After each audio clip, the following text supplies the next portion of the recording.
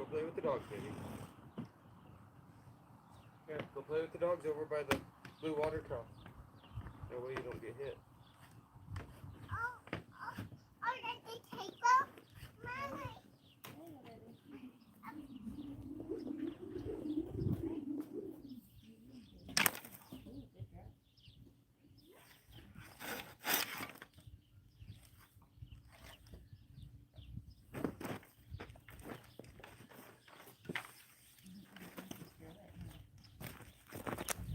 Got anybody out there yet?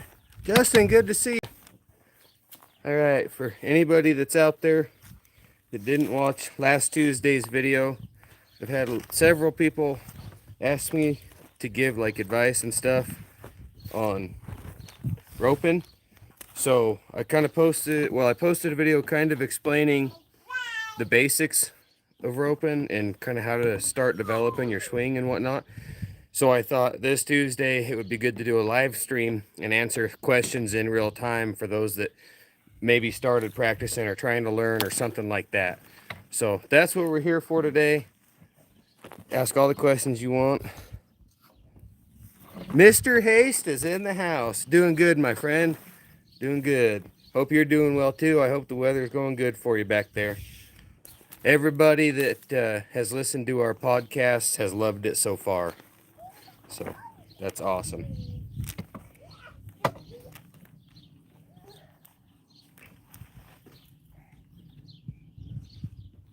We tied. Hi, KG. Good to see you. Tied. That's not bad, though. Did you have a good game yourself?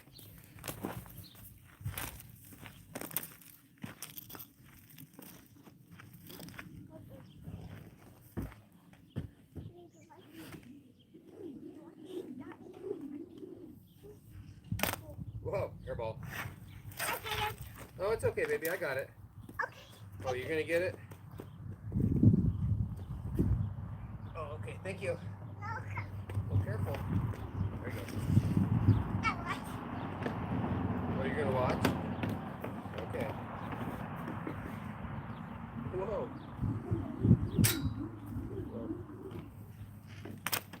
Airball, geez, again.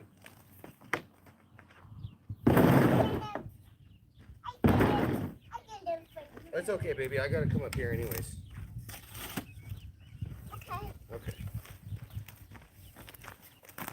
Let's see, you guys. Hi, Cookie.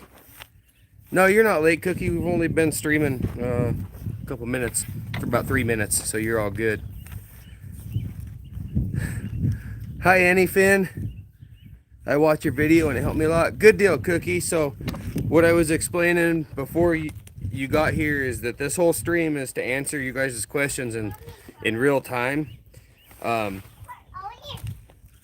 So I'm sure there's somebody else other than you, Cookie, that watched the video and tried to practice or start learning. So anyways, you guys ask questions away, I'll help you. KG, I'm glad to hear you had a good game. Sanzu, yes, I'm a working cowboy. It's what I do for a living. Right now we're just practicing with a rope because being proficient in roping is really important. It makes it, when I do need to rope a cow, being able to do it on the first try is a lot less stress on the cow and easier on my horses. So that's what we're doing here today. Welcome to the channel before I walk away, and ask all the questions you'd like. Well, welcome to the channel, Annie Finn. Cookie's like my town crier. She starts all sorts of conversations. So I always like it when Cookie's in chat.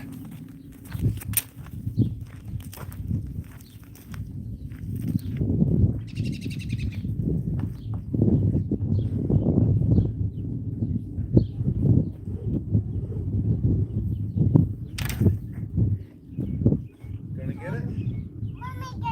Okay, you can get it.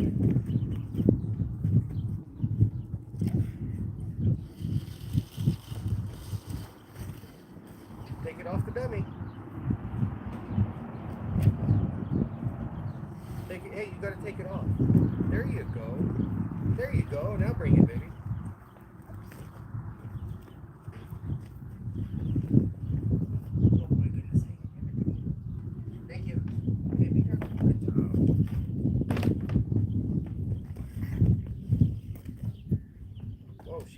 big old loop back.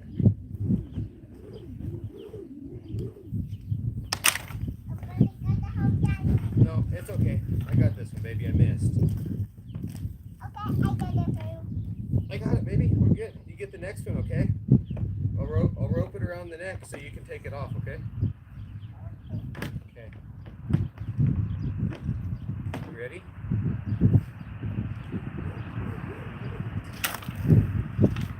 There you go. You take it off.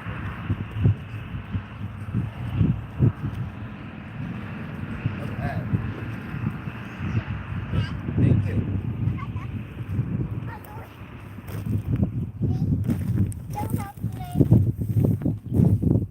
Hi, Bodie.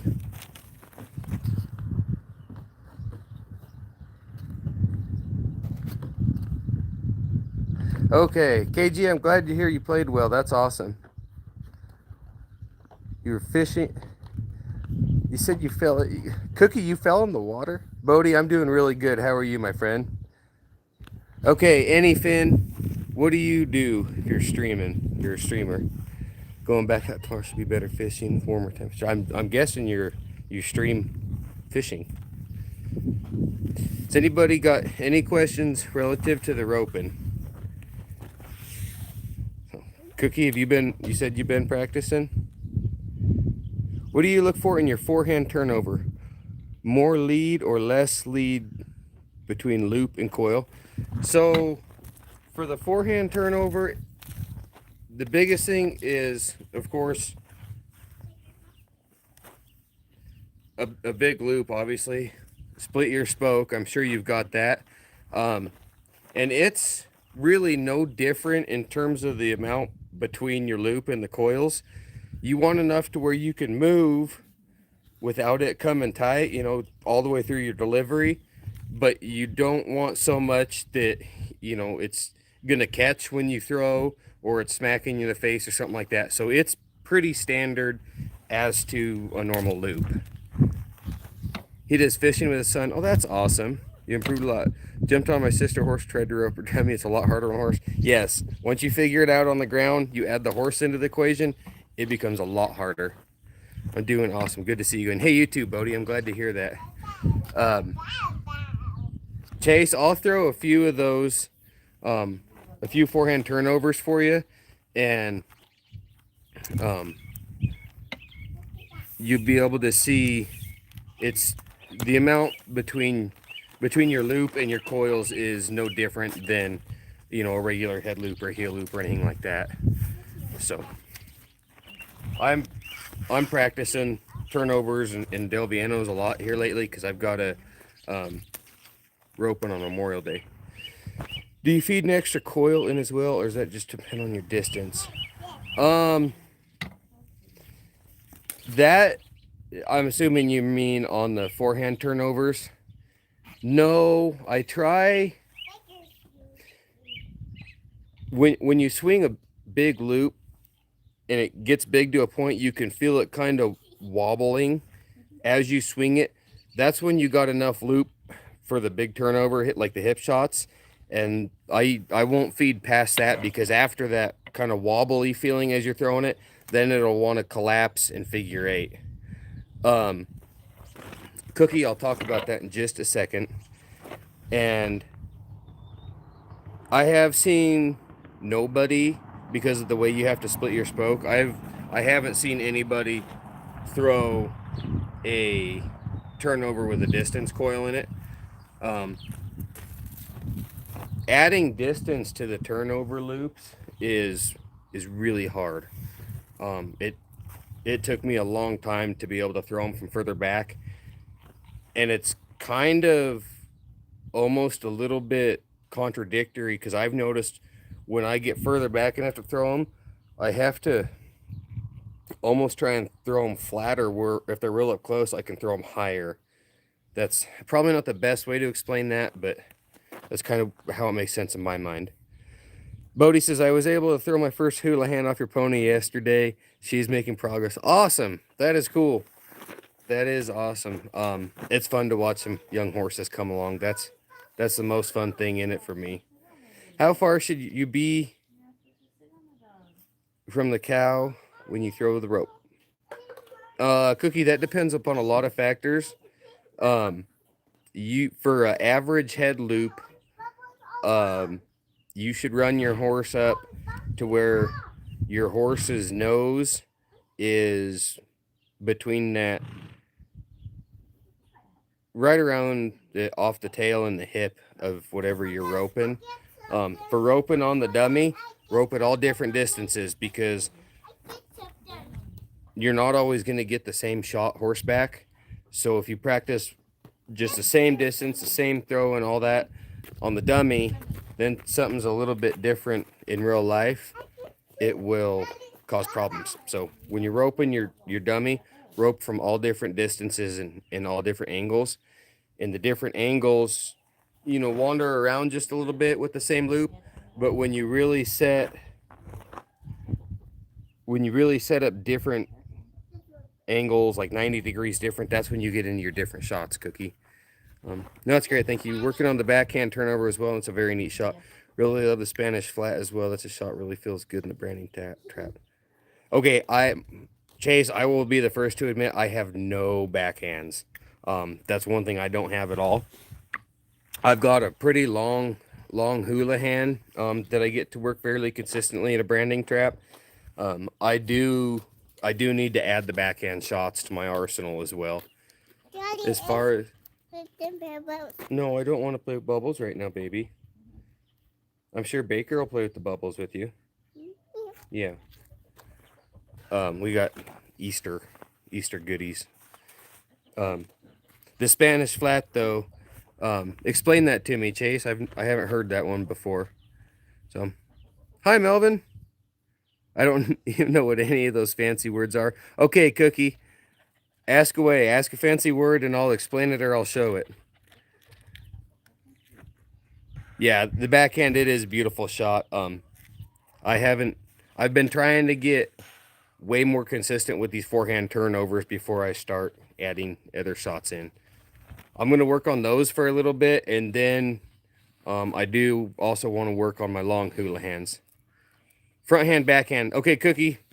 So now remember my phone, I'm using the front facing camera. I'm right-handed, even though it looks to you guys like I'm left-handed. Your regular shots is where you swing just a normal loop. That's like a forehand swing. A backhand swing is where you swing the opposite direction and your arm comes across like this. So you're using the back of your hand to guide everything. A forehand turnover. Okay, Cookie, I'm gonna throw 2 loops here. I'll throw just a regular head loop, and then I'll throw a turnover, a forehand turnover. And on the forehand turnover, Cookie, watch, the loop will go up in the air and it'll actually turn over before it falls. Chase, as I've heard Tuffy guys call forehand turnover, but way more flat and not behind you, a Spanish flat. Huh, interesting. It's a forehand, but a way flatter angle. Feels much, huh. Hey, if it works for you, run it, Chase, without a doubt.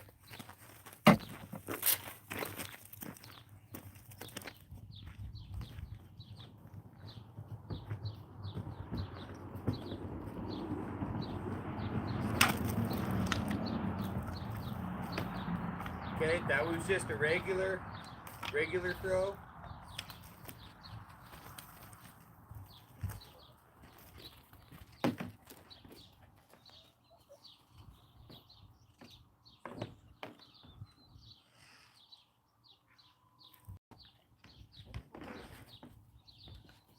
Now watch the loop in the air, Cookie.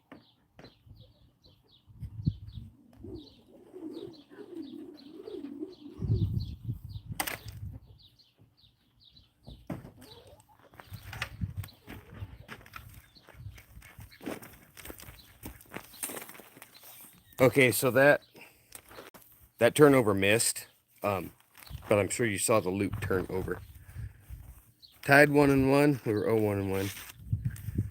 So, thanks, Cookie. It's out. There's a lot of rope ends, kind of all over now. It's getting really popular, where it's not about your time. You get judged and you build points with the different loops that you throw. So that's what that's about.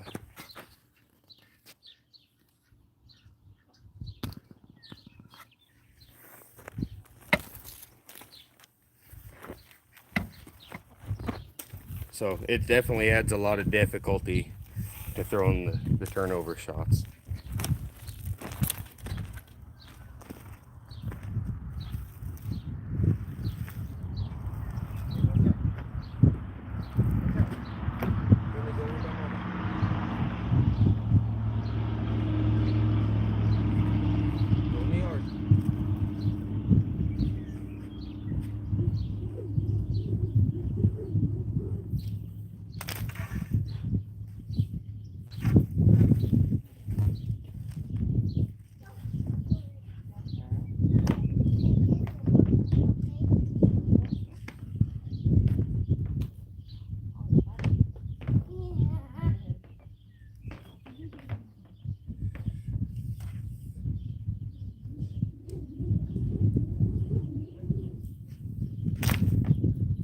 Jeez, I kicked my barrel back a little bit further and it's way harder.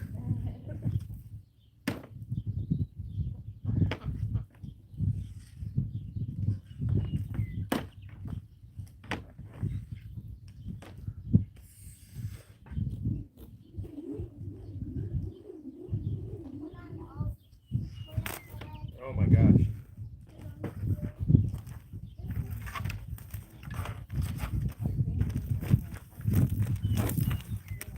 So that's what I was saying. It's really hard to add distance on the turnovers. It takes a lot of practice, and I'm about 4 or 5 foot further back from the dummy than normal. So that's why I'm having a hard time. That made so much more sense on the forehand. Chase, my favorite poly that I offer is either the silverback or the pit viper. I was gonna rope the dummy with my pit viper, but it's in the feed pickup that we use at the ranch, and I was too lazy to go get it, so I got a silverback right now. But yes, either the silverback or the pit viper are my favorite. Last year, like at the Pro-Am, I used both. Some days one feels better than the other, but they both feel awesome. Hey, Daddy, that's Mommy's bubbles. Oh, Mama's got the bubbles? Mommy need the green bubbles. Gotcha. Mommy need the green bubbles. A cookie for the fancy shots, you're gonna want a soft, heavy rope, like these polys are. For just learning to rope, like a tracer, which is a poly nylon blend, it's stiffer, but it's still got some weight to it. Is pretty good. So the spade's not a bad rope at all, though, Chase. I've used the spade quite a bit and like it. It's not the pit viper and the silverback both just feel a little bit smoother to me than the spade does. So anyways, I'm going to keep working on these turnovers 2 or 3 loops at a time. I'll come check chat. I want to start making them work from a little bit that further distance. Dad's new rope kind of stole it. I don't know what it's called or what brand though. Still stiff, breaking it in. It should say on the tail, Cookie, on the deal and tail. This one's wore out, but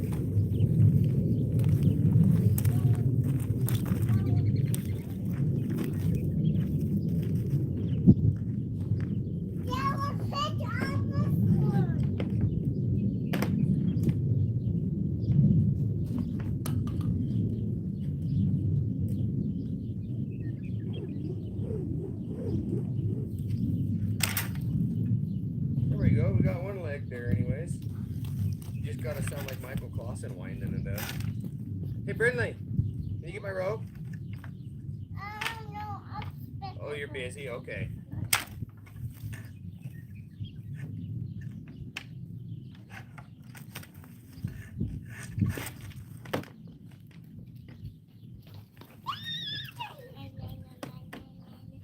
No. Don't.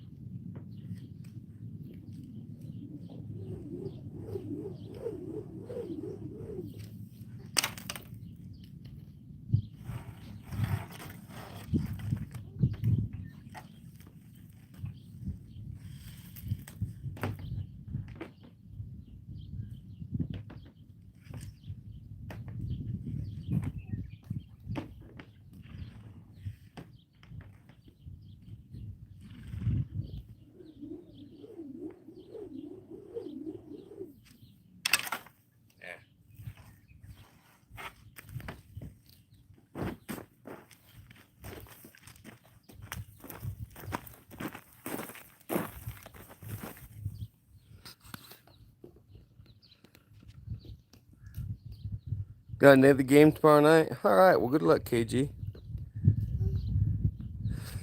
Not really the horse. When you work a horse, she does really well when you work her. But then when you head home, she's trotting home, which I don't love. How do I fix that? It's pretty simple. When you get back to the barn, work her.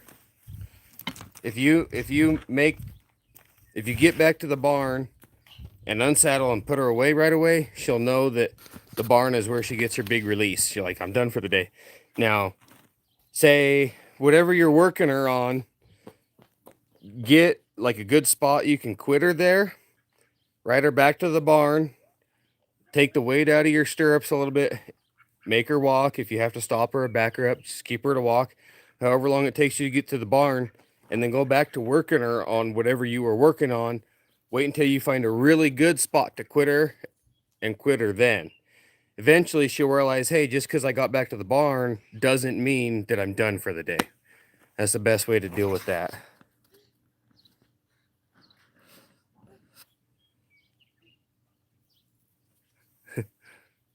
Hi, Lana. Good to have you here. Oh, shoot, I forgot to say hi.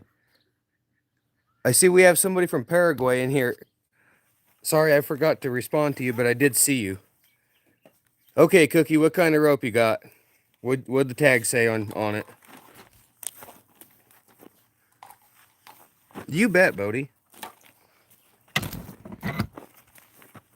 And don't ever lope back to the barn. If you got, you're in a hurry or whatever, just trot back, but don't ever lope to the barn either. Okay, Cookie, I'm gonna throw this rope a couple more times, but let me know what kind of rope you got.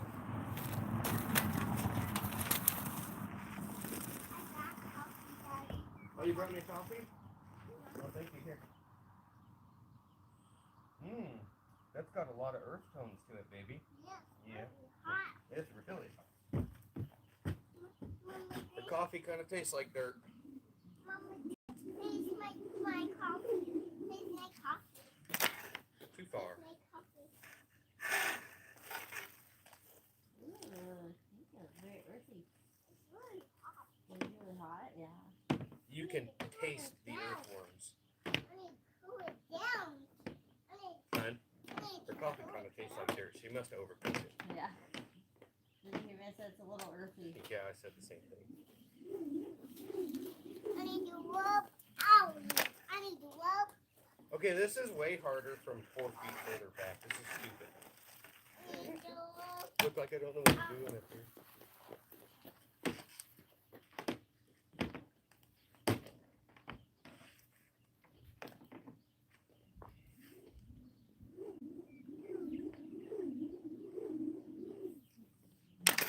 There we go.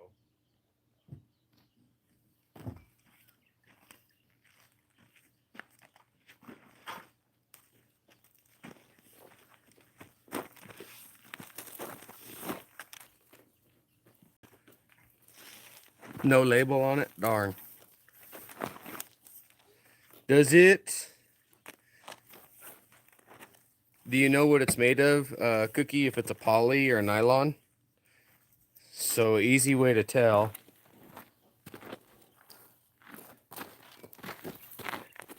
Like, this is an extra soft nylon. You can see kind of how stiff it is. Where this is a poly. You can see the difference. Oh, hey, thanks, Cookie. Hi, Leah. Good to have you. Yeah, definitely nylon. Okay, cool. So there's absolutely nothing wrong with learning on a nylon rope. I learned on a nylon rope. I know you're about high school age, if I remember right. Look into the breakaway rope, and Brinley, get that off of your neck. I'm like, come here. Definitely look into the breakaway roping and the team roping. Those are both really good things to get into at a young age. And look up any ranch ropings too, and just go and hang out and watch. I was going to look at that, but I got no clue where to look. National High School Rodeo Association, Cookie. Just type that into Google. You'll be a freshman next year? Yeah. National High School Rodeo Association. Each state has its own division, and at the end of each year, the top 4 in each state qualify to go to the nationals. And the National High School Finals Rodeo it's huge. There's like 2,000 kids there. It's awesome. I qualified a couple times in the bareback riding when I was in high school. But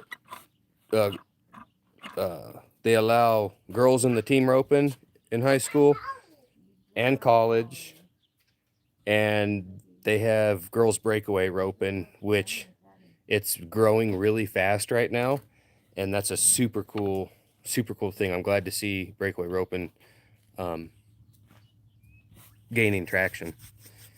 And then you can get on Facebook too and look up ranch roping groups. I don't know where you're at, but I'm sure there's like ranch ropings that take place close to you. Gosh, just go and watch, and it's a lot of the stuff like I do. So pretty neat. So all right, for anybody that's kind of just joined the stream, I know we're lower on numbers than we were for quite a while there, but last week I posted a video explaining the basics of roping. Now I'm watching my daughter choke my dog with her rope. He's so patient with her.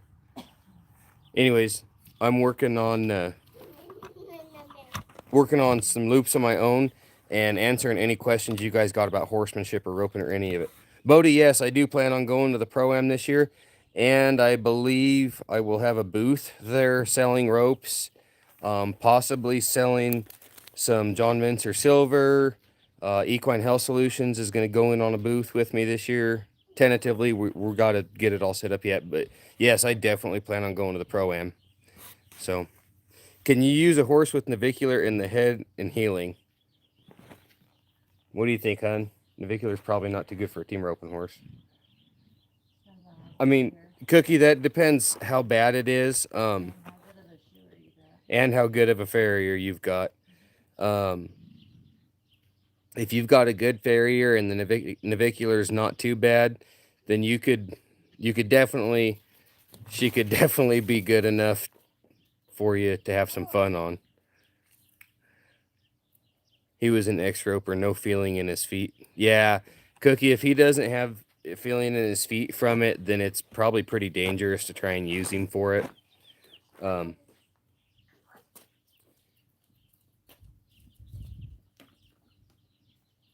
You guys know my black dog, Ollie, right? Hi, Mom. Brinley has her rope around Ollie's neck, and she throws the ball for Ollie, and Ollie takes off for the ball and just about jerks her off her feet. That's what's distracting me. What are you thinking when setting up a good business heel shot or trap? Where do you like to place yourself on the horse, and what are you looking at when releasing? Okay, Chase. I'm gonna set this poly rope down. So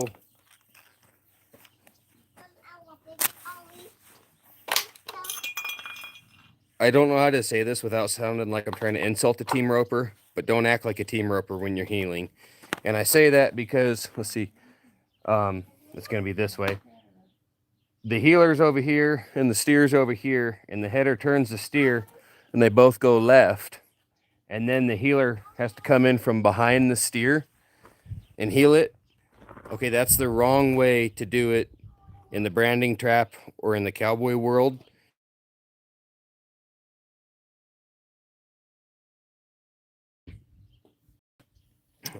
We'll just say a branding trap, for example.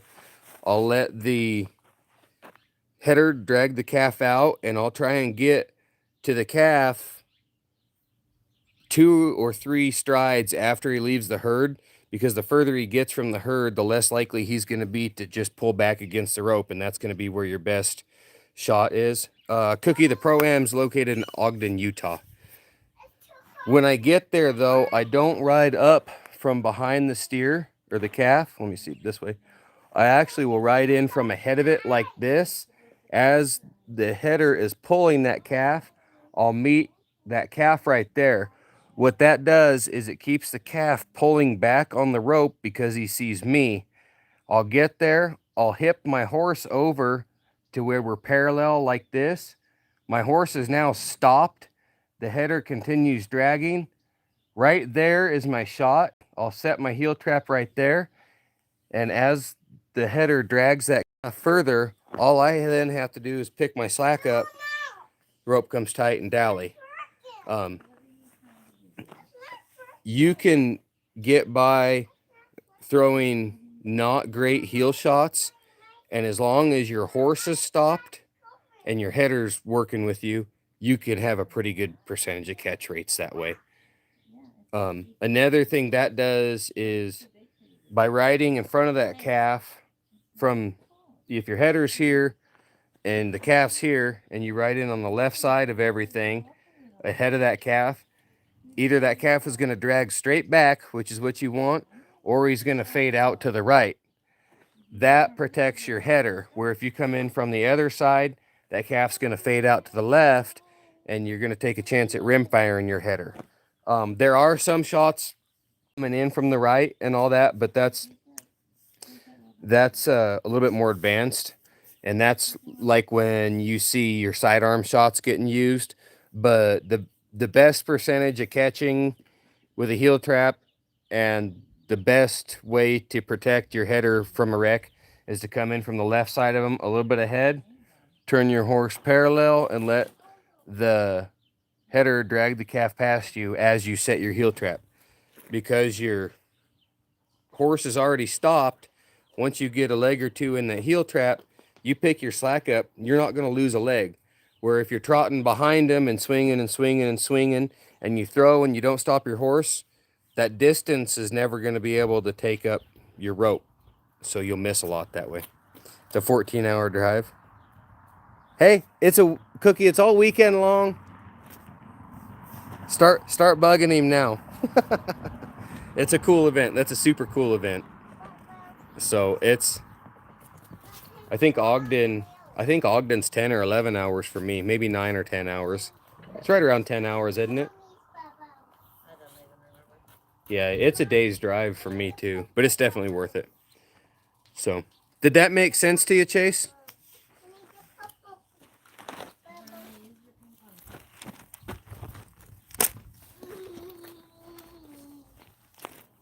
So I'll kind of explain that now.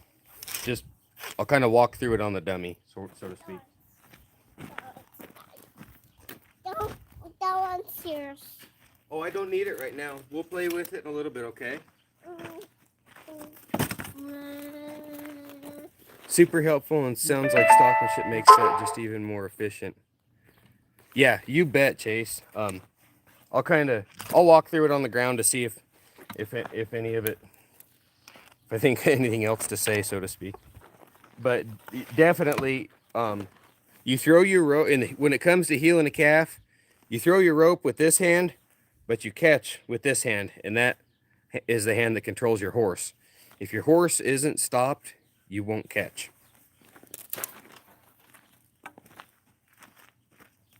So I'm going to come in. Let's see, I need to move this dummy back to right there. So we're going to pretend that the camera is the header, and you guys are pulling this calf towards you for me. I'm going to ride in. I'm going to point my horse's head right at this calf's head. I'm going to get right about here. I'll be swinging. I'll kick my horse's hip over. You guys will keep dragging it, and as you're dragging it, I'll set the trap as you go by. As long as your header keeps dragging it, you just pick your hand up. Once you pick your hand up and your loop comes tight, if you're new to roping, a really good thing to do with somebody, like if they got a practice donkey or a practice sled or something like that, is catch one or both back feet, doesn't matter. Pick your hand up and let your entire rope run through that hand up high. That's going to do two things. One, it's going to teach you that you can keep those heels as long as you want just by keeping that rope tight. And two, it's going to teach you not to squeeze on that rope so hard so you don't burn your hand. In a branding trap, a lot of times what I'll do, because I ride a slick horn, I don't have any rubber on my horn, I just have mule hide.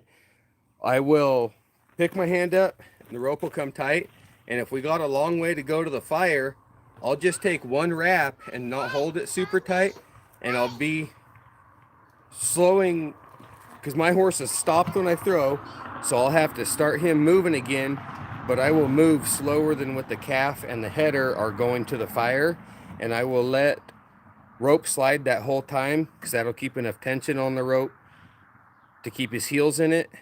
And when you get to the fire and the calf's where you want it, stop your horse, take another wrap or two, your header will feel that, and he'll turn around, and you'll have your calf at the fire nice and slick.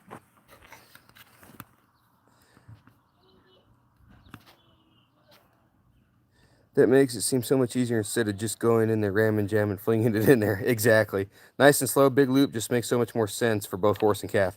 That's exactly it, Chase. Everything I do, I try and make it as easy on the cow and the horse as possible. That's the whole premises of everything I do. How long should a rope be? Cookie, that depends what you're doing.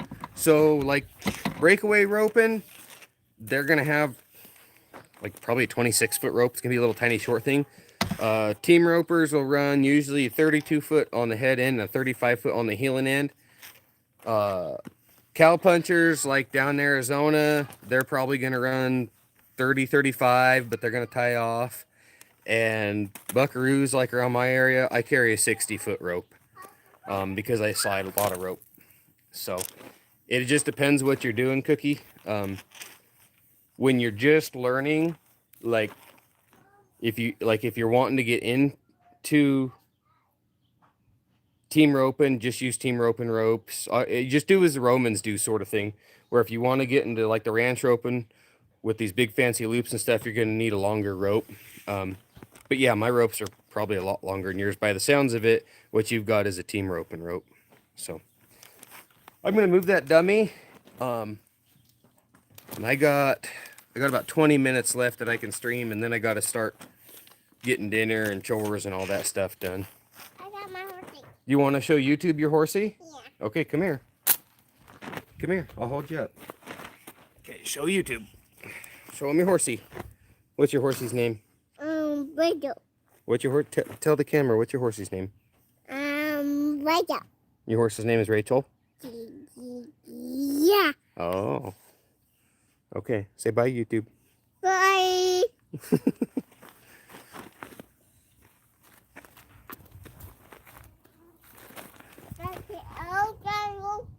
No, I'm going to rope for a little bit longer, okay? Okay. Hey, don't put that in your mouth, though. I'm going to work on some long hula hands now, guys. Also, Cookie, you seen how I stand on a trough? Find a hay bale or a trough or something to stand once you're roping a dummy. If you're still roping a bucket like in that video, you're fine on the ground. But once you start getting better, is kind of a harsh word to use, but better, stand up where you'll be from a horse. That'll make the transition from the ground to a horse a little bit easier. And a lot of your shots, especially like a heel shot, the actual mechanics of it will change once you're a horseback. So just food for thought there. It's a good habit to stand on something.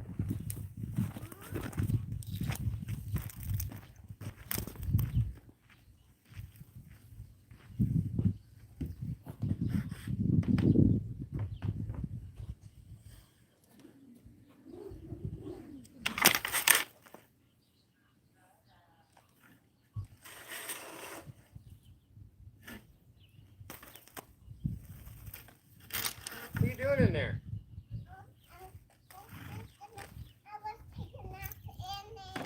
What? What are you doing in there? Grating cheese? Oh. Gonna have Denver omelets for dinner? I was thinking omelets. I like it. Yeah, you're sleeping with your horsey.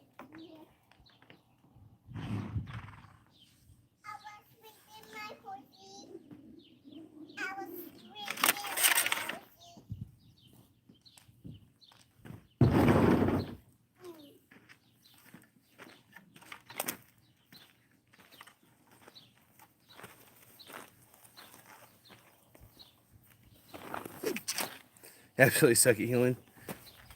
Okay, so healing a sawhorse from the ground is hard. Kind of to go back to talking about healing from a horseback, that I kind of explained how you set your shot up, but I kind of neglected how I think about it. I don't think about reaching around and grabbing those heels, because I throw when that calf's back legs are basically between my horse's front legs and my horse's chin. My horse is stopped when I throw, so there's no danger of them stepping into that heel loop. And I throw a very vertical loop. I think about slinging that loop and breaking it with the top strand of that loop breaks around their belly, and the bottom of it will slide in front of them. Because there's constant forward motion, the calf's legs will hit that and it'll break that loop into a U shape as they step into it. That's not how a team roper heals, but that's the most proficient way I have found that works for me. I'll take a break from the long hula hands. I'll slide my barrel right up to rope that dummy cookie, and I'll show you. Thanks again for all the knowledge, Chloe. Do you find yourself doing a side hip heel shot a lot, or do you like to stick to the business loop on the left side? Chase, that's kind of a when in Rome. It depends upon whose branding I'm at or what I'm doing. Like if it's a sick calf that's got pneumonia, or I'll answer that in a second, Cookie. If it's a sick calf that's got pneumonia and we need to just get done as quick as possible to be easy on the calf, yeah, go straight to that business shot, get it done, boom. If we're at a branding and like there's a lot of calves to do and we're just trying to get done as proficient as possible, yeah, stick to the business shot. Now, if you're getting down to the last couple calves, everybody's having fun, or if it's a smaller branding where there's not a hurry, yeah, then you can go to using your, say, more fun shots that have a lower percentage of catching. You just have to feel out the situation, Chase. Cookie, a hula hand is where the rotation of the rope is reversed. A normal throw swings counterclockwise. Hula hand is where the rope is thrown clockwise. Those shots I called a 3-coil hula hand. So I have my loop, and then I have 3 coils from the rope in my hand also, swinging reversed. And I'm so far away from the dummy that I have to have those extra 3 coils so the loop will carry that far. Because without those 3 coils, as your loop leaves, it has to pull coils out of your hand. So they call them distance coils because they help you add distance to the shot. You can throw basically any shot that leaves your hand, really, except for like the turnovers because they don't leave your hand, or a heel shot because it doesn't really leave your hand. Those you can't, but you can add a distance coil to a lot of shots.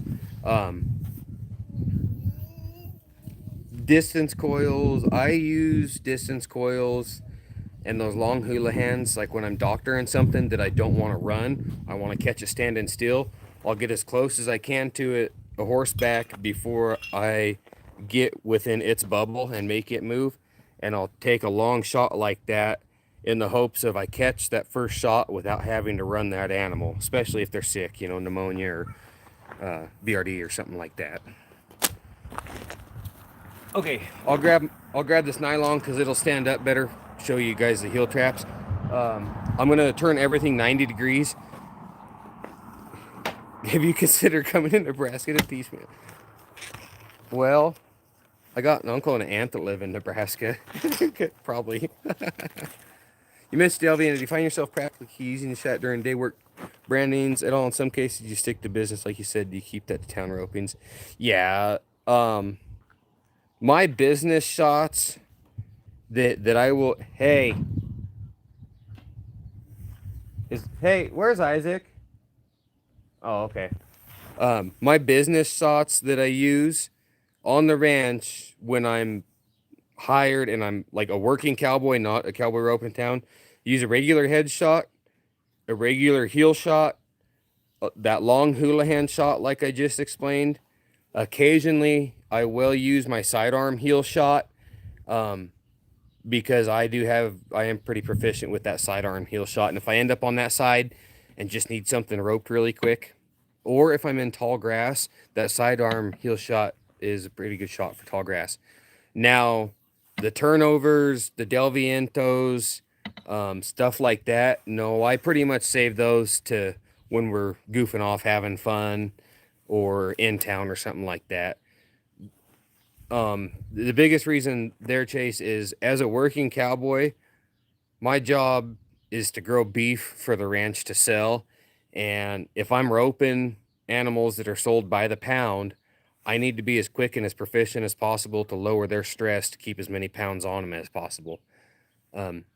Not saying I've never roped for fun or anything like that, but I've kind of outgrown roping for fun on the ranch. I love to go to a roping, and I love brandings because you get to rope and all that. But if I were just to go rope these calves for fun, it would cost the ranch money come sale time. Then I'm basically a liability and not a benefit to the ranch. So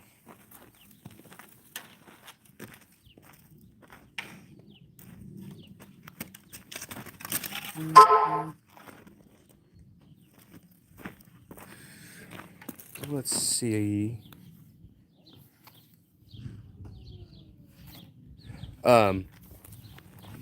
There are some ranches though that they tell you, hey, you know, we understand that you're making young horses, and young horses get good by being roped off of.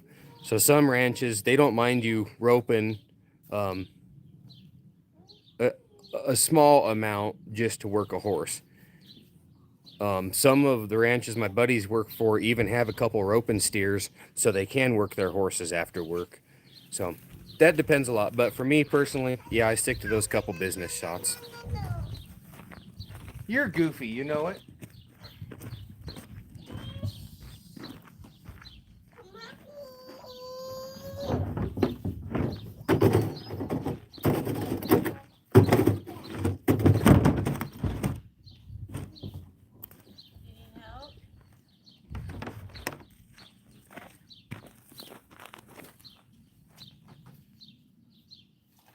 Yeah, Chase, if you're at the pro-am there, track me down.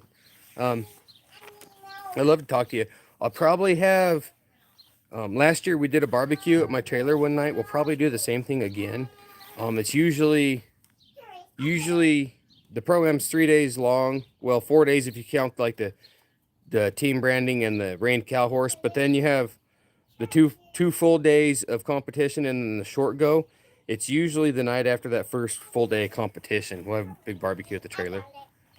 Yeah, that'd be awesome, Cookie. So if you guys make it, just keep an eye on the. I'll post a short again probably. Hey, Brindley, be careful. Talking about when I figure out the barbecue, and I'll post it on my Facebook and all that stuff again. So you see, I got the dummy and the barrel. That barrel is offset just a little bit from the dummy. That barrel is where my horse would be. So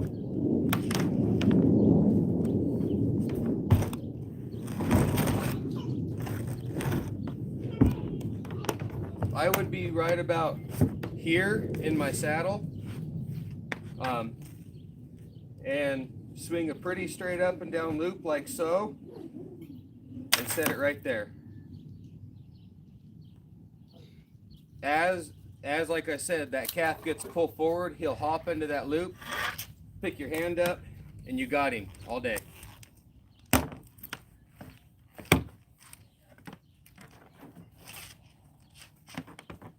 You probably don't need quite as big a loop as that, but for heeling, you definitely need a bigger loop than you do heading. Again, see how straight up and down that loop is right there? And then you just set it down. Right there.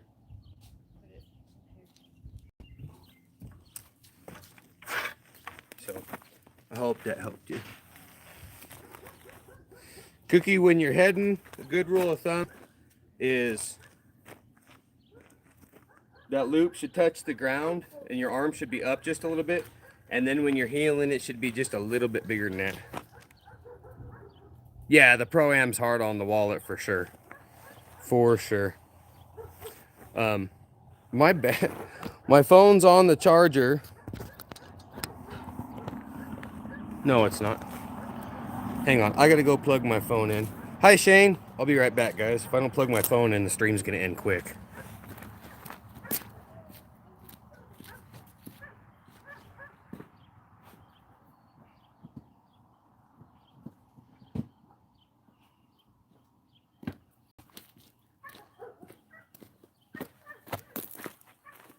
There we go. Okay. Yeah, the Pro-Am's hard on the wallet, especially with $6 or $7 diesel. What about breakaway roping? Do you know?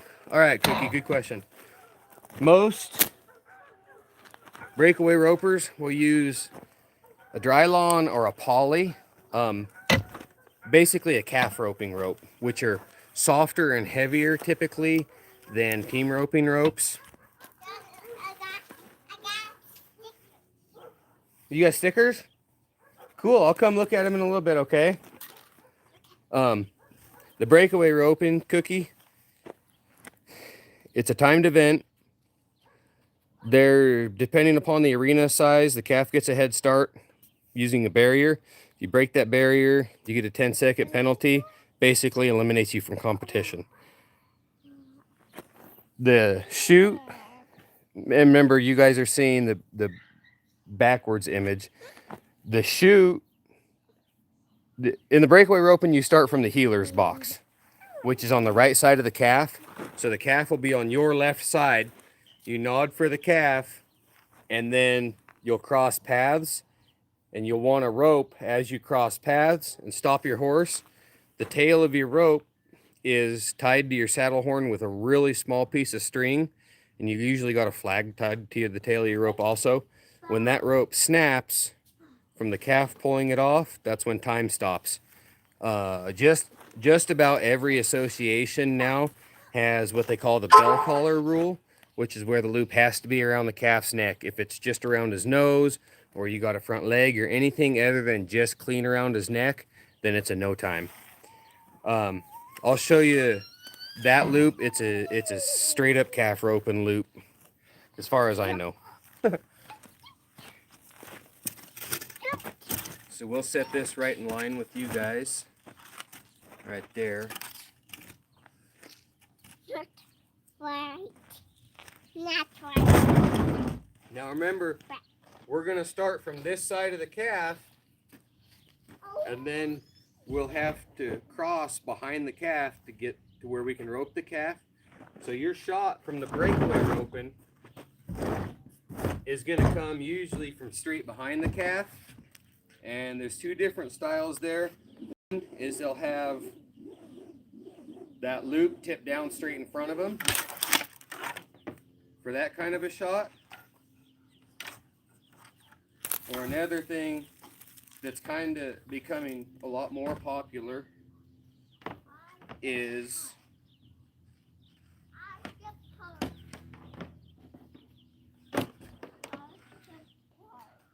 they'll actually have it tipped over their left shoulder like so, just a hair. Do you see how that brings that loop and slaps it around the left side of that calf? What that does is it prevents the calf from stepping into the loop. And that's the same shot that I'll use like if I'm running a calf down in the pasture, because I want a clean bell collar catch also. So the breakaway ropers, you come out, rope him, you'll pull your slack, and then, breakaway ropers will pitch their slack up usually, right? I think. Whatever they do with their slack.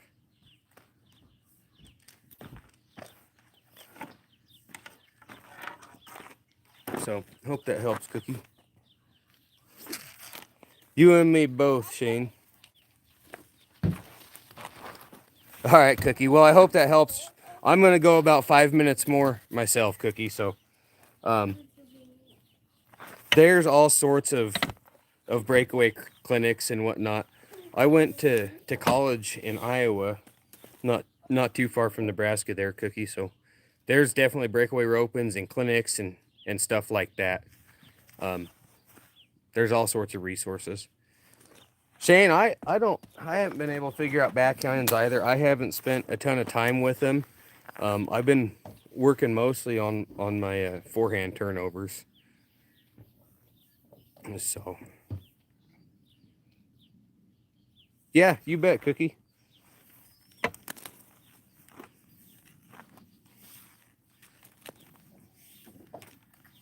All right, guys, I'm gonna go a couple more minutes here. I'll answer any last questions you guys got, and then I don't know if we'll have a Tuesday video next week or if we'll do another live stream like this one.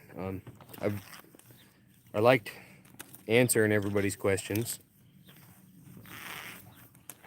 but type in some last questions. I'm gonna set the trough back a little bit further and throw a couple more really long hula hands.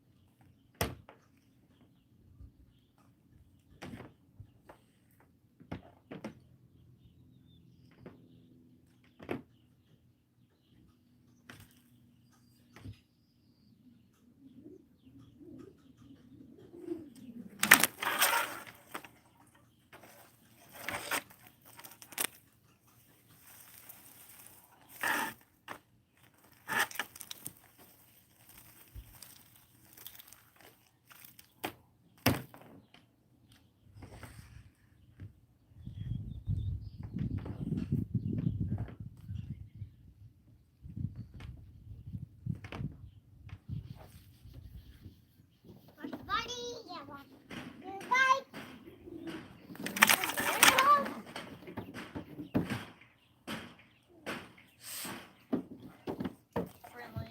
Be nice to him.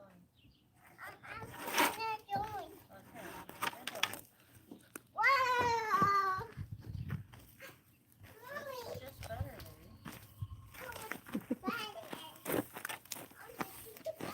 All right, Cookie, night. Chase, this Friday video will be Bodie. Good seeing you. You too. Have a good evening. Chase, this Friday video will be the video from the Bundy Ranch Rodeo here a couple weeks ago. And the next couple Friday videos after that will be from gathering up in the heavy timber country of Northern California over on the coast. So we'll have a video out Friday for you. Like I said, next Tuesday.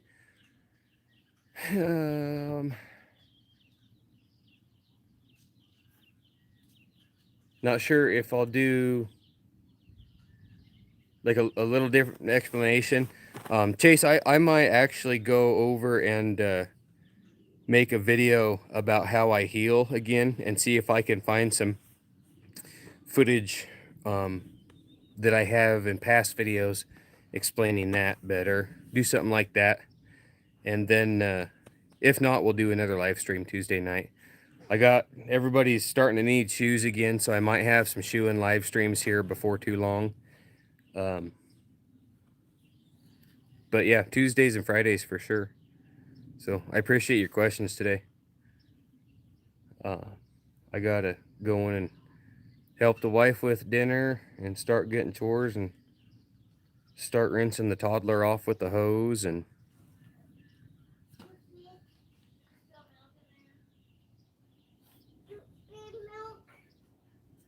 clean up the milk she just spilled in the stroller. Yeah, got a bunch to do. Anyways, guys, I appreciate all the questions on the live stream. It was a good one. Keep practicing. Ask questions.